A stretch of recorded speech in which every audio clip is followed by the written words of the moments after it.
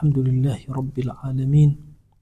والصلاة والسلام على خير خلق الله محمد وعلى آله وأصحابه الكرام وتابعيهم بإحسان إلى يوم الدين.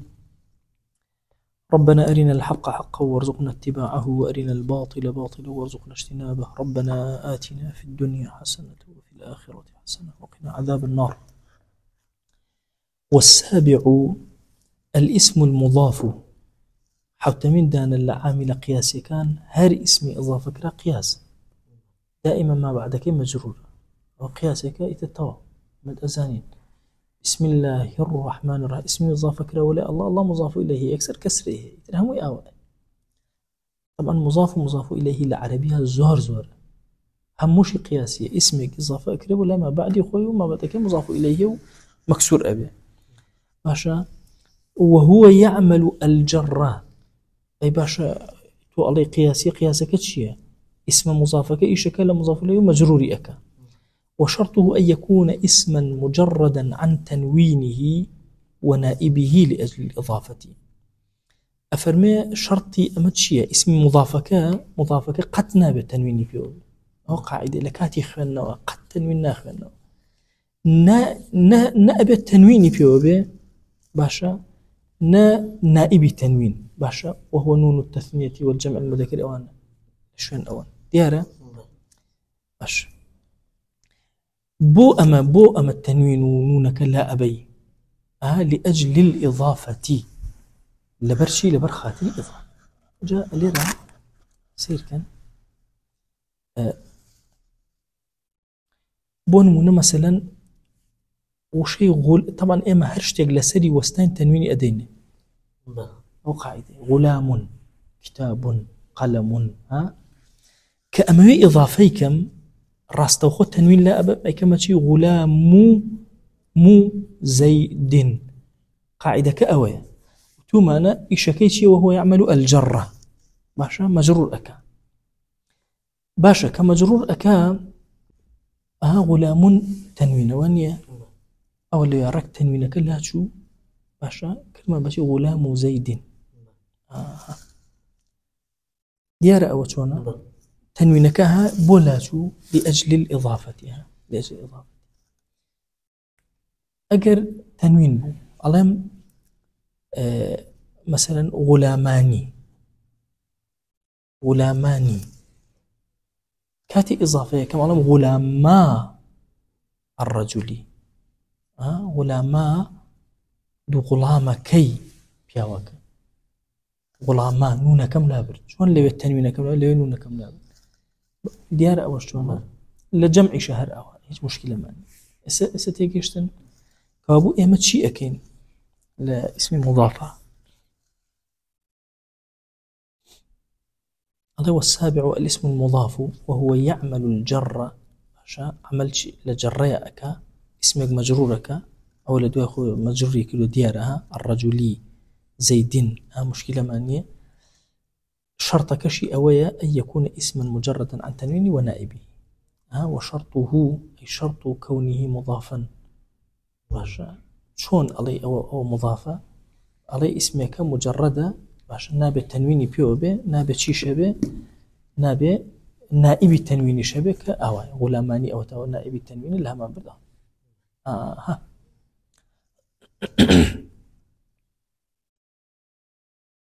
أما دائرة لا تنواضحة سيدي أم قاعدة يبكن أم غلامة نابئ الفلامي أبدا بيوبي وهي شكل لقرفته كان كخلقي إيام عربي أخوانته توش يغلط اسألي رأس أما الاسم المضاف لبروي أما الفلامي بيوبي بحادي نلي أما مضاف ولا أما مضاف إليه أبدا تيجيش تنشون الفلام ورناقري دوای عرساك عندي الفلام هاي ورقة بس إهم أصلا كتان بيعلم يسأل لي يكسر عليه الاسم المضاف شيء طبعا دا بيموتون كلمتان أولا خبر بمتذاك محذوف يعني هذا أأمت شيء أأمة الاسم المضاف أو موضوعات شيء اسم مضافة الاسم خبر أو الصفة يتي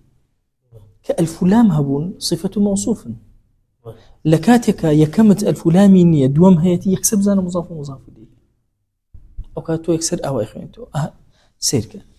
ألمشي والسابع الاسم المضاف أو اسمها أو صفة كيتي وهو يعمل الجرة ومفعول به،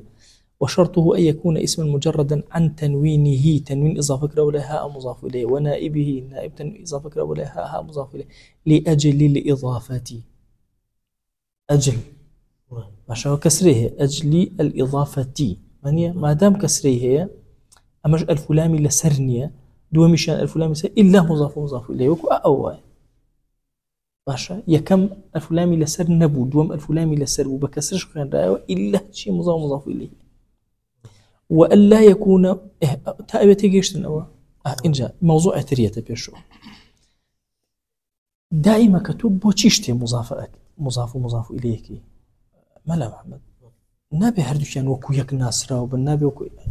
هدف لإضافات شيء هدف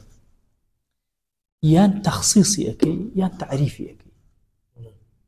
اسم الأليرة دون منمسيو استو ألم غلامك هزار غلامي كألم غلام زيد لبروي زيد معرفة غلام يجبوه معرفة كابو فائدي أما أليرات شيء ألين التعريف فائدة كي شيء تعريف كابو نابي غلام أم هردو كان هر معرفة بنو ليه مستوى أي كان نكري كان معرفة لمسألة تخصيصي شا عام مخاصما نابي بقدر يقبل أما فائدة كي شيء فائدة كي باشا يا تعريف يا تخصيص التخصيص باشا فائدة أم إضافة شيء تخصيص وتوما غلامة كان هي بياون هي جنين خاصم كردو ببياو نقبل جنو تيجيش شو تخصيصك نابي أم غلامان لمستوى أما بن ليق مستوى بن وأن لا يكون مساويا للمضاف إليه في العموم والخصوص أم دوان نابي عموم خصوصي أنه يقوابه يكي كان ولا أخص منه نابي مضاف إليه أخص تربه باشا نابي مطلقا جاء سيركا بأن يكون ما صدق عليه واحدا سواه بالترادف كليس وأسد ليسوا أسد هريشته والله ليسوا أسدين شتيوا نابي هر أسد ليسوا أسد يكشته يجيس وانا نابي هردو كان بقدر يقبل معناه كيان حبس منع بل حبس منع ناكن جشتيوا يعني أو بغيره كإنسان وناطق مثلا بل إنسان ناطق نابي يعني ناطق إنسان هر يكشتك ناطق هر إنسان هر ناطق فرغناك خاصتك أو أوي وخاصتك أو شهر أوي إن جاوتويتي ولا أخص منه وكو إنسان وحيوان ماشا أو توزي لو خاص ترى أي شهر ناتواني بو أو أبكي إضافة كت فائدينية أما هدف الإضافة أو يشتكم بو التخصيص كاشتكي كورم توزي بو بشوكاتو بيناسم وهني كسام غلاماني هي هم عالمك كلام الرجلي توزي اللي مشكي منها بشوكي كردوا وايلي كر كمن زيادة بيناسم تيجي كهي بياو هي جنية والنيوي عالم لكل كوتو نالا جنيوي عالم باشا كبراوات يجيش توازن الجمارية وتوي زيادريشن باشا نزاني ولا الروح حقوق وشتوا جا سير ديار قصك شلون جا كابو نابي مساوي باشا ولا أخص منه باشا نابي مضافك أخص تربية لمضاف إليه تايبة تربية بدايما مضافك عام بمضاف إليه كميكاتو جا خوي أو أجر أخص تربية مش يمكن لمضاف فائدينية أجر بشيكين فائدينية بويا نابت ديار أو إنجا هرشي إضافة هي لم سرزوية الإضافة أبت دوبشو جاء أما قرنجا أبي بوشياري أجتني الإضافة أبت دوبشو إضافة كمان هي معنوية الإضافة المعنوية إضافة كمان هي شيء اللفظية باشا إضافة معنوي من هي لقل إضافة لفظية جاء الله شيء وهي على نوعين طبعا أما اللي إما باسي شيكر باسي اسمي مضافي كر إما باسي عاملي قياسي أكين مضافك قياسية إيشكي شيء مضاف إليه مجرورك أبي أوتان دائما لك الشاب معمولة واضحة أبي أوتان دائما شيء قياسية أرين كاك مضاف قياسية شنك إيش أكل مضاف إليه كسر أداته همو جاري أو قياسك أو قاعدة كيتي شرط قاعدة كي أويا باشا وشرط أن يكون اسم مجرد عن تنوين أو وهو يعمل الجر أو إيش كيتي همو جاري يعمل الجر اینجا ئێمە لێرە ئێستا ئەڵێن ئیضافە دوو بەشە. ئیضافەمان هەیە چییە؟ معنەویەوە. بۆ چوە سەر ئەم باسە؟ چونکە ئەم باسە ڕەبتی زۆر بە هینەکەەوە نییە، مضاف و شتەکەەوە نییە. بەس مادام باسی ئیضافەمان کردو، ئیزهاریە ئیضافەمان لە کۆڵە کاتەوە. ئەڵێ با مادام هەر هاتوون سەر باسەکە تەواوی بکەین. ئەڵێ کاکە وهي على نوعين، يا معنوية يا لفظية. المعنوية أن يكون المضاف غير صفة مضافة إلى معمولها. إضافي معنوي كامية هرشتك مضافك ها غلامك ها باشا، صفة نبي، صفة مشبهة نبي، الحسن نبي، اسم فاعل نبي، اسم مفعول نبي، ها مضاف كرايب ولا معمولك يخوي. وكو غلام زيد، ضارب عمر أمسي، بۆیە وشەی ئەمسی بەکارهێنا چونکە ئەگەر ئەمسیتیان نەبووە بۆ ئیضافەی لەفزی. باشە ئەوە تەفسیلاتی لە شوێنەکانی تر بۆی لە ئێستا جارە سەرمان لە تێک نەچێت لە ئیشەکە. غولام و زەیدین، ئێستا غوڵام لێرە صفەتە نە، صفەت نییە ئیضافە کرا بۆ لای مەعمولەکەی خۆی، ئیسمەکە ئیضافە کرا بۆ لای ئیسمێ. باشە کەوابوو عاملی معنەوی چییە؟ ئیضافەی ئیسم بۆ لای ئیسم. عاملی لەفزی چییە؟ ئیضافەی لەفزی چییە؟ عاملی اسم فاعل واسم مفعول وصفة مشبهة ولا معمول يخوي. لما نقول تو اسم فاعل اسم مفعول إيشكا يعمل عمل فعلي أجر إضافة كلام ولا معمول كإخوان علين إضافة هي لفظية هيش فائدين يمد فائدة كان ما نوتوه ثمانية تعريفها تخصيص كوابو فائدة أمشي اللفظية فائدة كي شيء علين تخفيفة تنها مجرد توصل لسر زمان آسان ترى هيش ترنيه كوابو همو إضافة لزمان عربي أو فائدة هي يا تعريفة يا تخصيصة يا تخفيف ديار إيسا أقصي شوانا جاسير كان. وشرطها شرطي أمتشيا تجريد المضاف عن التعريف. أبي قد أم مضاف إليه أنا معرفة نبن نبي الفلان من السلب ومعرفة به في المضاف تخصيص وتعريف تخفيف جاء سيئة وسرية وهمو ينباسك إسا أما إسا لما تيجيشتن أما شوانا كوابوها ليرا وتي وشرطها شرطكيش تجريد المضاف عن التعريف. أنبش معنوية كوتو مانا دودانكيها تعريف تخصيصكيها شرطكيش ألا يكون المضاف أو ألا يكون المضاف معرفة. قد نابي مضافك معرفة بكاو نابي الفلان من السر أو تيجيشتن لو شوانا على تجريد المضاف عن التعريف. جاء هرشي طبعا هرشي أفرمشي ابن مالك على بالجر والتنوين والنداء وال بالجر. الفيسيوطي أفرمشي بحرف الجر بحرف الجر بو أظن بالجر باشتري هندي قالن لبرو إضافة شيء تيكي نا هو إضافة هرخوي لأصلا بحرف الجر كسري ورقتو إسا مثلا تو إسا ألي راوتو غلام زيدين ها أو غلام زيد أم زيدين بشي أو ورقتو أم كسري لكوي هنا ألين لأصلا حرف جر شراوة هي همو إضافيك حرف جر شراوي تيايا حرف جر الشراوة كان تيايا تشين يا من يا لام يا فيه تجنج من لام حرف جر في أمسيانة التقدير قبل لنا وشيء لنا مضاف جاد إساسير كان. وهي إما بمعنى من يا بمعنى من إن كان المضاف إليه جنسا شاملا للمضاف أجرهات مضاف إليه كجنسه جورو مضافك إلى خو أجرت وغير مضافش إلى خو أجرت أو كاتا من داني السري أمن منيكا خاتم فضة شيء زيو بس خاتمه زيو بازنه زيو دسكي خنجره زيو شمشيره زيو نازانم شي ها زيو قحفه كوتشكه باشا ممكنه كوابو اما جنسيكي جوريه خاتم وغير خاتم اجرته كوابو الراشي انا معناه خاتم من فضه او فضه الاصل بشي مجرور بو بمينك اشاره بمعنى من اضافه بمعنى من تيجيش لقسك شلون باش خاتم من فضة أو تنوينك بو أهنيته وأوكات على خاتم من فضة أو كم منك لا تشوفوا تخاتموا فضة إضافة كراوة بلام لأصل بمعنى من أو إضافة بمعنى من شكبو مضاف إليه كجورية مضافك وغير مضافكش لخو أجري في الضياء خاتم وغير خاتم لخو أجري كهو من دا أنا بليه أي أجر وانبو بمعنى لامة في غيره لغير أو بمعنى لام دي وهو الأكثر وهو زهرترين بمعنى لام دي غلام زيد رأس عمر يعني غلام لزيد رأس لعمر حرف جرك اللام دا أنا زوريني كوابو شي تقديرك أم لام تقديرك أنا جاج من تقديرك هو احتمال ليك برسالة لك والله هكا غلام لزيد شي حرفك جريت يا مقدر الله لام غلام لزيد الله خاتم فضة شي حرفك يا تقدير الله مين باشا الله مين واضحة شلون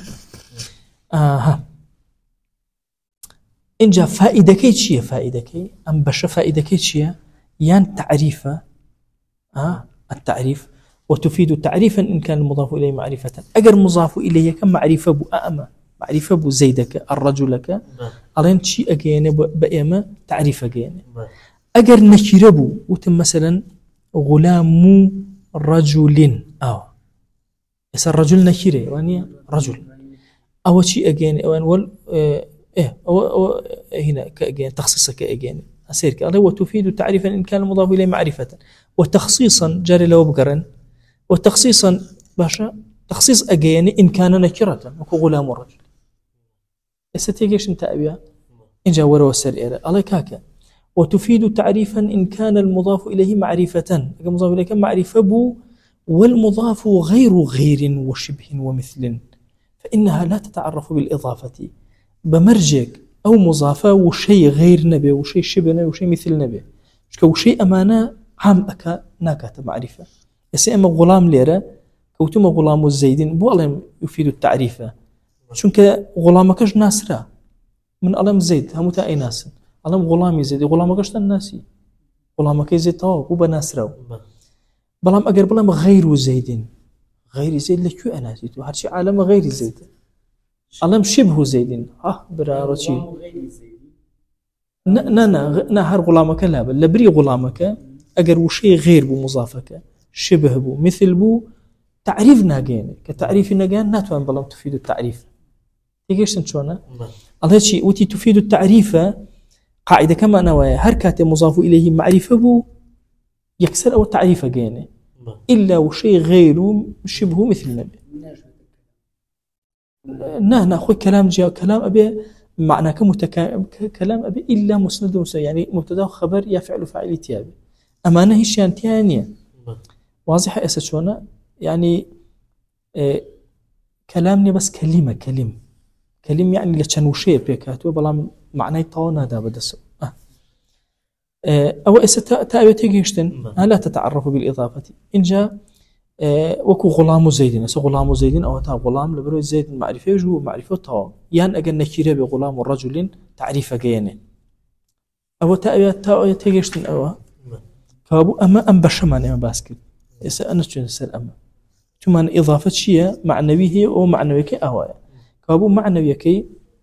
يا حرف منيتيا يا حرف لاميتيا معنويك يا حرف منيتيا يا حرف لاميتيا زوري نش لامة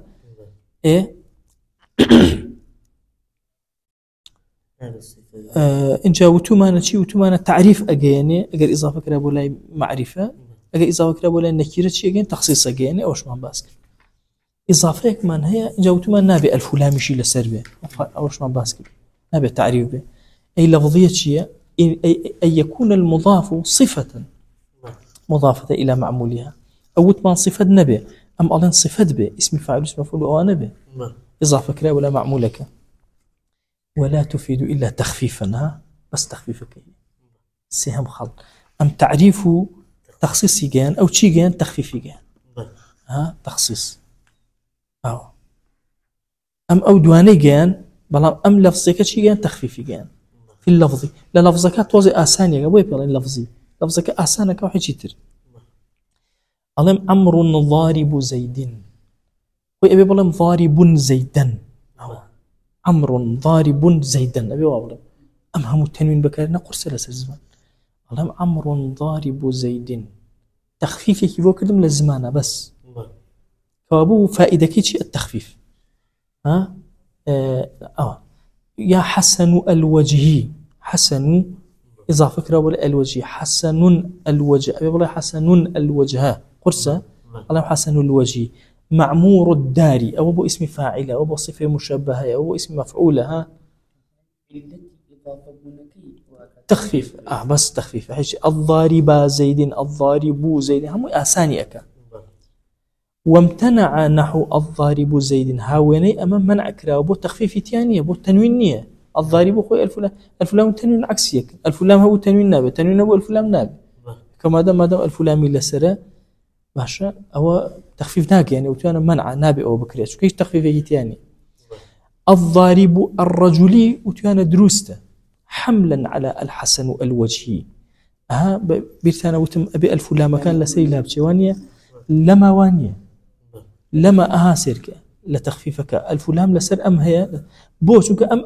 الفلام تعرفني هو توانا بمعرفة بوانيا أو الفلام شيء الفلام الصلة وموصولة أما اسم موصول معناه حرف موصول معناه حرف موصول الفلام هرشي اسم فاعل تنبيني اسم مفعول تنبيني الصفة مشابهة تنبيني الفلام لسبب أو الفلام شيء هي موصولة السارق والسارقة الذي يسرق والتي تسرق الزانية والزاني التي تزني والذي يزنيها وهكذا وجاز نحو الضارب الرجل أو دروس حملا على الحسن الوجه أصله الحسن وجهه ولا أصل آوابه باشا طبعا أول چندين وجهيتي دروس الكتابة كانت بالتفصيل باسي كده زور ما كان لشوي تر إخوان زور باساتن لأونا به سبب كرتكي تيجيشتن يعمل ليرة شيء من باسكي وتمنى إضافة اسم مضاف عامله قياسية اسم مضاف شيئك جرأ دا باسم اللي خوي كمضاف إليه أما كجرأ دا دوبشة يا لفظية يا معنوية معنوية كدو معناه أجر إضافة كراب ولا معرفة يفيد التعريف إضافة كراب ولا نكرة يفيد التخصيص أجر أمانة نبو مثلا صفة مشابهة واسم فاعل أمانة نبو إضافة كراب ألين يفيد التخفيف بس تخفيف أجين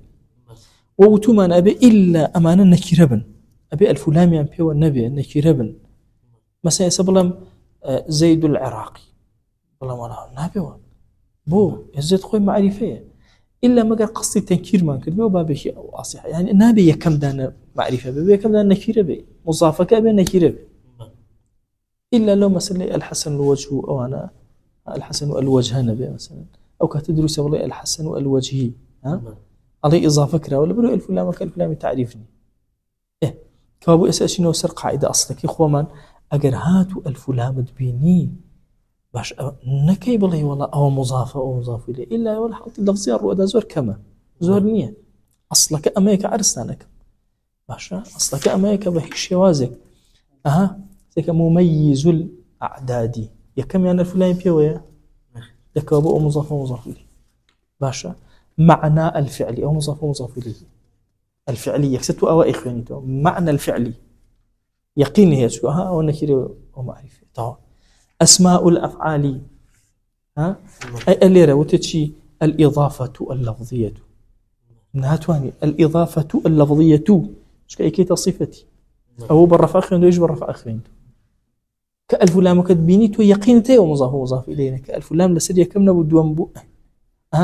الاسم المبهم التام همو بصفة موصوف أخرين تو أبيت شاوتان بكنوا باشا أو هاي الاسم المضاف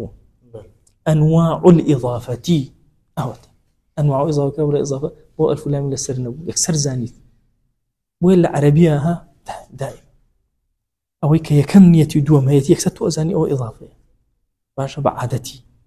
يكسر دوم يعني بكسر أخوانيته يتر أما ورده ولا تشاود أكرته ولا قال مثلا أما كما إن كان المضاف شاملا له ولغيره كما أردنا لا يكون يعني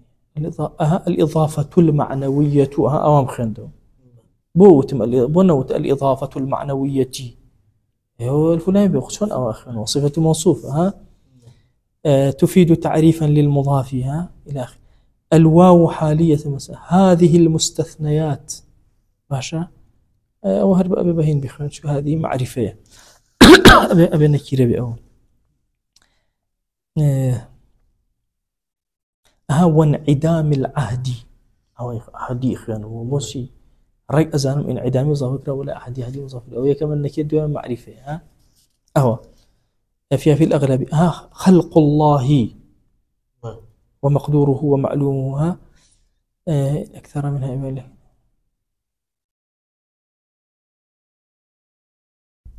ولو أو وجدنا فعله لو وجد الفعل في هذه المسلسلات بالاشتهار أو بعلم المخاطب علمي الفلاني بيوني المخاطبي يكسب كسر خنو ستيجيش تشون في حكم العدمي سويتم العدمي هو سيوت العدمي لبرشي أو إضافة ولا هو وهكذا يتلقى بتشوتان بكريتو تشك أو فقيه خمان زورتين غلط لواك إذن زورتين غلط لا صفة موصوف وإضافة يسأل حرف جر فقيه غلطناك بو آسانترين تطبيقي نحو حرف جر بو ونمناسة وهي على نوعين وعلى حرف جر زين نوعين بخير قبيلة مثلا علي عن التعريف عن حرف جر قبيلة والله عن التعريف نالي قد فقي غلطي وانا حرب توزة شاوي كرا ولا النحو حرف جر كان يميل لدوه كسر أداة حرب طبيعتي حال شوني بخينته أو لا تتعرفوا بالإضافة بحياتنا الله بالإضافة قد ونالي آسانترين تطبيقي نحو بريتيلا حرف جر شو حرف جر كان أنا سفق يكسر ديارة يكسر لدواء بكسر إخوانته لدواء أو أسانترين إضافية بس فقي أما اللي تيكشي لبر أو تعريف وتنكير أجنا لدواء أو أسانترين شو بشكل حرف جر أسانترين إضافية بإخوانته أنواع الإضافة باشا أو شيوت إضافتي هي مضاف إليه بشيء أزاني أنواعه الاسم المضاف لم ين أو مضاف برفع أخيته الفلان بسرك وصفته بس وصلى الله على سيدنا محمد.